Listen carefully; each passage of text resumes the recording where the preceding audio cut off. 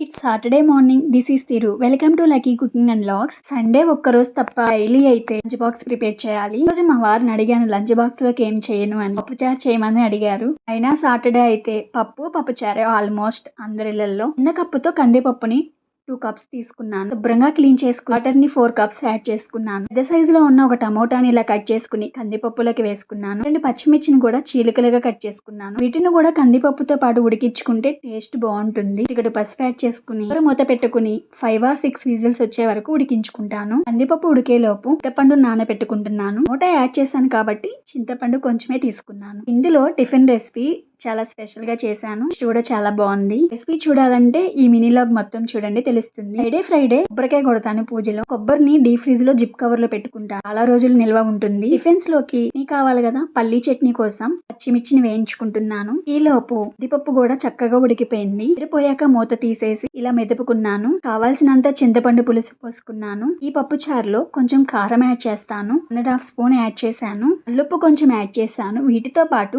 కరివేపాకు కొంచెం, కొత్తిమీర కొంచెం యాడ్ చేసుకుంటాను. పెద్దుల్లిపాయలు కూడా కొంచెం కట్ చేసుకుని ఈ పప్పు చారులో యాడ్ చేస్తూ పాటే ఉడికించుకుంటాను. మంచి టేస్టీగా ఉంటుంది చారు అయితే. స్టవ్ ఆన్ చేసుకుని ఇవన్నీ కలుపుకున్న ఈ పప్పు చారు గిన్నెను స్టవ్ పై పెట్టుకుంటున్నాను. చెప్పాను కదా టిఫిన్ లోకి స్పెషల్ రెసిపీ చూపిస్తానని. కొబ్బరి దోశ.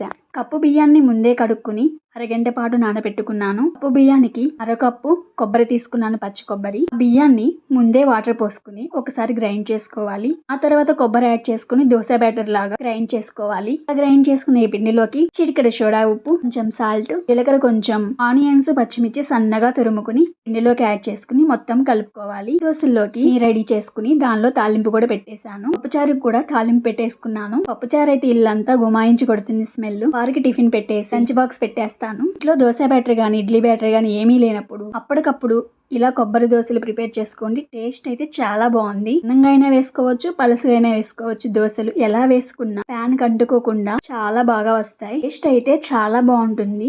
ఒక్కసారి ట్రై చేయండి. ఇన్స్టెంట్ గా అప్పటికప్పుడు వేసుకోవచ్చు ఈ దోశల్ని. అల్లం చట్నీతో ఇంకా బాగుంటుంది. నేనైతే ఇక్కడ పల్లీ చట్నీ చేశాను. దోశలు పోసేసుకుని ప్లేట్ లో పెట్టుకుని చట్నీ కూడా వేసుకుని మా వారికి ఇచ్చేసాను. వారు తినేలోపు లంచ్ బాక్స్ కూడా పెట్టేస్తాను. బాక్స్ లో రైస్ పెట్టుకున్నాను.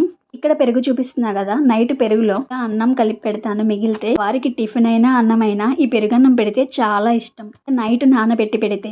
ఈ ఆవకాయ అయితే ఓన్రాక్ ఇచ్చింది. ఈ బాక్స్ లో నేనేదో పంపాను. బాక్స్ తో పాటు ఆవకాయ పెట్టి పంపించింది. టేస్ట్ అయితే చాలా బాగుంది. కొంచెం పెట్టాను బాక్స్ లో. పప్పుచారుని ఇలా బాక్స్ లో పోసుకుని వేడి తగ్గే వరకు ఇలా తిప్పుకుంటూ ఉంటాను. పప్పుచారు పోసుకునేటప్పుడు కింద పడిపోయాయి. అదే టిష్యూతో క్లీన్ చేసుకుంటున్నాను. ఒక మ్యాంగో పెట్టేశాను. ఇదే మా వారి లంచ్ బాక్స్. క్లైమేట్ కూల్ గా ఉంటే మా వారు టీయే అడుగుతారు రోజు. Thank you.